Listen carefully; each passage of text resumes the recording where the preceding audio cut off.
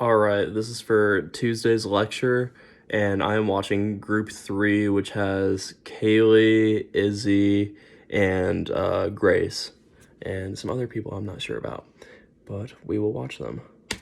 That it was interesting how she was trying to like weave her way through into like different cultures and everything like that. Any hate you give? Mm-hmm. Absolutely. Good. What else? I kind of have that exact same opinion about the house on Mango Street because I just thought that like it was really interesting, like seeing how it was like to immigrate from somewhere, and I think it was a pretty timeless piece in regards to how people handle that even today. Absolutely. What else? I think it's interesting how they both have a lot of the same themes to them. I felt like, which I kind of liked, because when I was after I read one and then the other, and so then when I was reading the House on Mango Street afterwards, it was like cool to see and like connect the two. So I like seeing kind of like consistency, but in two different ways. Yeah, I do what I can. So what are some of those consistencies? What are the things that you thought were similar? Because like this would be a good like teachable thing, right? Like Working class minorities would be a similar thing to discuss in both books. Navigating her identity, like the identities in the Identity book too. was interesting. Finding their voices. What'd you say? Sorry. I said finding their voices. Mm-hmm. Yes, good. Keep going, Izzy. Sorry. I thought like the idea of like family and stuff too kind of played a role in like relationships. Was really interesting in both of them. Trying to think what else. Well, I mean, they're both females. They're both Family female dynamics is protagonists. important They're both too. about their same age. Family knits. I think Star's a little older.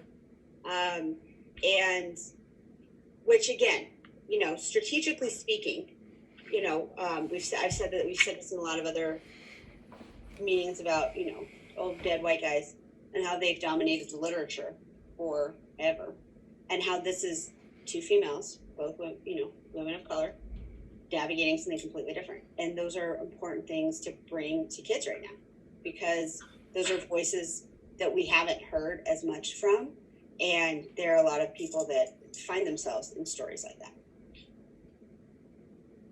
What else? There was one part where she lost in Mango. She lost grandma. I don't remember who she lost, and then I think she lost her grandfather, her dad's dad, or her dad's mom, maybe. Like the whole book was about her losing him, but that was another parallel that was very, very similar in how they were reacting. Like why? In Mango Street, she was like, death is a common theme in both books. Let her take her, and then in the book, he's like, the cops, you know. Yeah. Well, and that's a whole, you know, loss. Like that could be a theme. Like that could be, you could do a whole unit exactly on loss. And then you talk about like the stages of grief. Like you could bring it, like that would be an interesting unit you could do. And then you could bring in both pieces of, so Nia, what we talked about a little bit was just that the whole purpose of us reading the books is to kind of give us a baseline of how to teach the books, like to practicing our teacher brains on how to think about teaching things. And so thinking about themes like loss, right, and grief, you could easily make that your unit. Absolutely. I mean, that sounds a little dark, but you could easily do it. And then you could bring in other, you know, pieces of psychology and stuff like that. You would, excuse you? Yes. Cat content, guys. Cat content. Come here. Oh, there's another cat? Yes. Are cats going to be friends? Oh, did your cat run away, Grace? I have two cats and they're both running around my feet right now.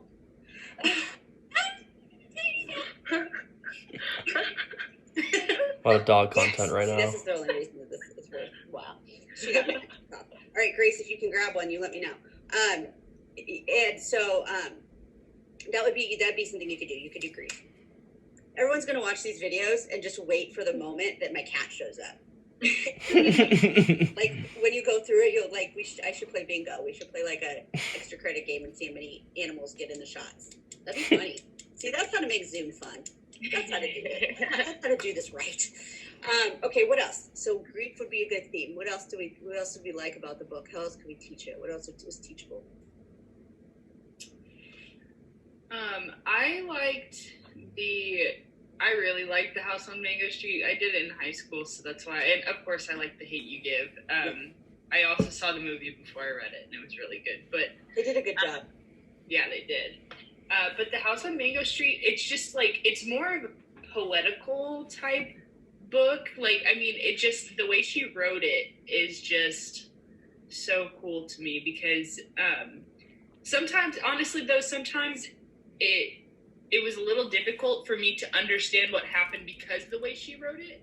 Like, I like the way she wrote it. I think it shows a lot about the honesty of the author and like the purity of her in her childhood and seeing how she is as she grows up. I think that's really cool. It just made the book so much cooler to me. And another thing is that I really like the coming of age aspect because, especially The House on Mango Street, it showed what she went through at such a young age. Like, certain things in this book, like sexual assault, like, that's insane. Yeah. I think that, you know, so That's crazy. I thought that's what I really liked because you could see, and toward the end, it reveals that it's really only been a year, but it seems like she grew, and Yeah. so. Which is going to be perfect because this next class we talk on Thursday when I see you guys, we're talking about like child development, right? And so being able to understand, and that's another good thing too, is when you have, and that's why, like, when you have protagonists or characters that are the same age as your students, like, that's important. And that's why I think, as silly as this sounds, that's why I think Romeo and Juliet works and will always work, because they're 13-year-olds. If that's the only, like, I love Shakespeare because I love the language of it, and I like the themes and their whatever. But the reason Romeo and Juliet works, I think, and might be the only one that really works for high schools, it's they're the same age. You could do a whole psychological relatable by age, for like, sure. deconstruction of, are they traditional 13-year-olds? Like, is this what 13-year-olds would do? Would they act a fool and sneak out? And you like, would they? I think I wrote a paper that in my English class. One of my English classes for my master's in English was like the psychological, like the truth. Are they really psychologically, like, how do they behave like 13-year-olds would be? And I think that it's important that kids get to read books about kids. And the second, like, is Hamlet great? Sure.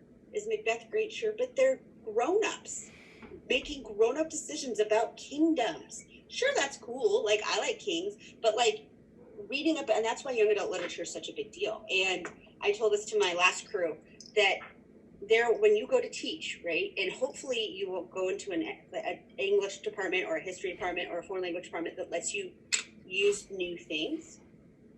What's hard is when you have teachers that are like, well, this is what we've always taught and this is the way we need to teach it.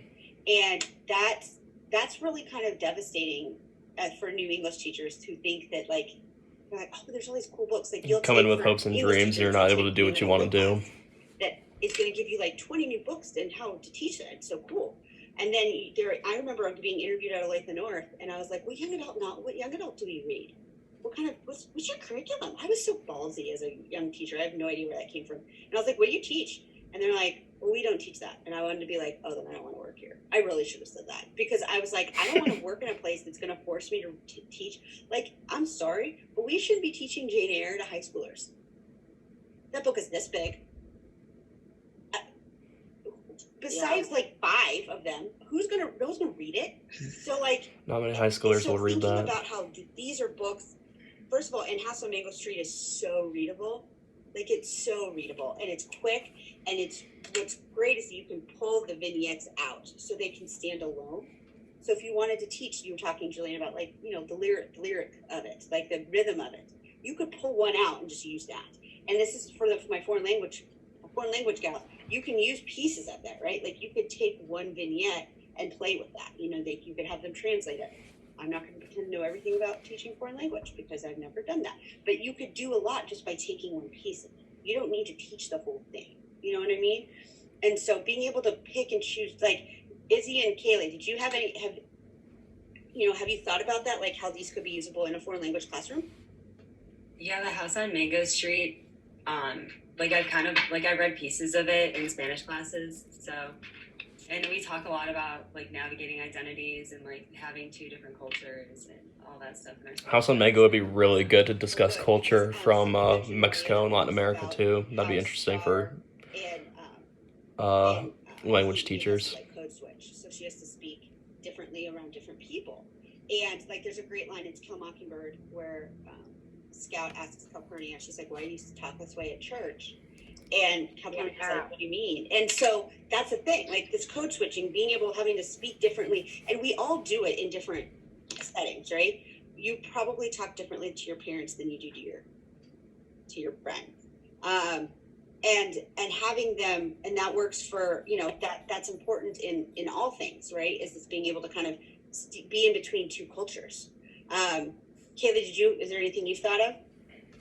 I basically thought of the same thing because we Okay. do talk a lot about like cultures and being able to be in both of them at the same time. And I really like the Spanish aspect of the book too, because I thought it was super interesting because not many books today include that part of it. So I thought it was pretty cool. Yeah. And that's where I didn't mention it in our discussion, but one thing that's interesting about House on Mango is the one section when they look at the house and the main character goes, "Oh, that house is Mexico," and the white kids go, "What?" I think that's really important to culture, that story in particular, because the white kids don't know what they're talking about. But yeah, the main character from Mexico was like, "Oh, this reminds me of home because of the architecture and the way it looks." I took over this class and they taught House of Mango, and I was like, oh yeah, this is perfect. This is it, because it's short, it's good thinking. So I was thinking in regards to like the hate you gave, we could talk about civic engagement more on the, like the government side of things, but how like people can get started on using like our system for their like rights and their beliefs for the better. And I think that's a really good way to teach it, to try to get young people involved in like their day-to-day lives. Absolutely. Oh, I was thinking for like taking House on Mango Street because it's an immigrant family, and like I love all the different immigration stuffs like going on in the country, and like comparing like the policy that we had in like the 1890s going to like the 1920s and Comparing it to what's going on now. isolationism to Absolutely. the amount of That was travel great. and stuff that we What do have you right think? now, and interaction with foreign I definitely countries. like the hate you give. I want to do kind of just like going based off like hooks, you know? Like I want to take it in that aspect and kind of like Bell hooks. talk more. Yeah. Yeah, and talk more, you know, like the racial aspect and all the things and like the code switching you were saying, because I went to Derby High School, which is predominantly white, so I literally understood what she was saying throughout the whole entire book. I don't know, that's kind of what I think I want to do. Okay, that's awesome. I'm thinking That's Grace pretty cool. has cat content. you guys are getting Oxford? Yes! That is a pretty cat. Oh, she's literally gorgeous. Yeah, I don't know, but going off of that too, I also think it's interesting how House on Mango talks a lot about like a culture that isn't really talked about here in regards to like Yep. Latin culture in general, and like how immigration really can directly Majority of our immigration is from influence kids nowadays, I guess. Latin American countries too, and we hardly talk about it as a Absolutely. And we country. had, It's the probably last really group, important we to teach talked about kids. How, like, using what happens in our childhood and like how we grew up with these biases and how we mimic our adults and how that's how we learn how to be. Socialization. And like you could do that in both books because Star has so many different kinds of people that she looks to and has to kind of decide who she wants to be based on all these things. And I think it's the same with Mango. And then when we talk about child development next or on Thursday, you'll start to see why. Like, why is it that, I mean, we're not deep diving into it because I'm not a child psychologist and I'm not developmental psychologist, but then just a kind of this basic understanding of that, like why teenagers act the way they do, right? And then understanding then why identity is such important, because even if you look at the basic, like, is it Erickson's? Yeah, Erickson's like the developmental theories. I don't know if you've talked about that at all. Like the teenage years is identity. Like you're trying to figure out who you are. And so it's not surprising that any novel that deals with that age group is doing a deep dive into identity. So that's an important that's an important piece to all of this. And I feel like last time a lot of people did their plans on identity, which you totally can do because there's so much stuff that you can do about that. Because it's prevalent in both. And there is a lot of, like, you could even build a unit where you use both of them. And it's telling me I'm running out of time. That is rude. that, what time does my next one start? Not till 10:45, right? We started at 10? Yeah, okay. I was like, we have time. What are we talking about? That you could put them side by side. Like you could build a unit where, and again, you don't have to read the whole book. You wouldn't have to teach the whole book of The Hate U Give. You could pull chunks and just put them parallel. And like you could even do like a compare and contrast at the end, like the main characters, or you could talk about, the different, like a lot of, I think it was Jillian or was it Lily that talked about like the past and the present, right? How did it look in the past? How does it look now? And are they the same? Because even though we claim things have changed, Taking different time periods and integrating with the text is a really cool thing to do. For kids to see that. For us, like I think like sometimes like my parents will be like, "Oh no, it's so divisive now." And I'm like, "No, it's always been divisive. It's just that we're dealing with it now."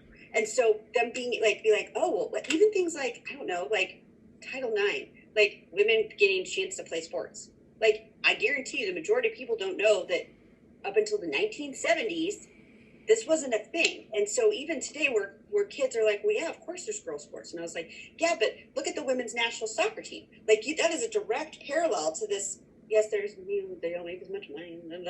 They don't bring in as much money. They win stuff. And so like, there's so much that the constantly, and this is what people, I think sometimes, I don't know why people don't like to study history, because the whole point is to look back and go, oh, that's not good. That's not great.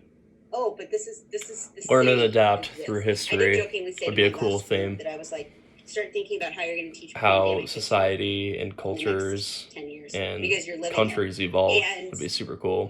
we're living history right now, and that at some point you will be in your classroom teaching about this, and Or how kids will history go, hasn't what changed. was it like? We were like, well, we showed each other cats on each, there was a lot of pets, there's a lot of cat content, there's a lot of dog content, but that like we're gonna have to teach this at some point. This is like the ultimate teachable moment. I don't know if that makes sense, because that's kind of weird. Okay, is there anything else that I know it's short. Is there anything else you can think of we haven't talked about yet that you really do want to talk about in terms of the books, or was this helpful? I have just to kind of ask again. So with the unit plan and the lesson plan, we could either do both books or just one book. Like if we wanted to do both books, we could, but we don't have to, right? No, you just have to incorporate one of them into your unit plan, and it does not have to be the basis of it. But your lesson plan, your zoomed in lesson plan has to have a piece of it in it. But the whole thing, again, like if you wanted to do the civil rights movement, and then have the day that you talk about The Hate U Give is your lesson plan, that's fine. So, But the whole, yeah, you missed a little bit of this. Go ahead. yeah. Well, you said I need a theme. Do I need multiple themes, or can I just use grief and boom? No, that's absolutely fine. So Okay, what we're going to do, and we'll talk about this more in the next few weeks. This is me just planting seeds as you guys' just brains kind of wrap around this.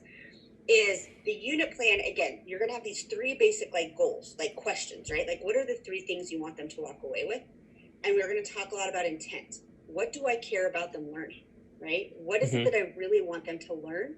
And everything comes back to that. So if you have an assignment that doesn't relate back to what I care about them learning, those are like, it all goes back to why do I do the thing I do, right?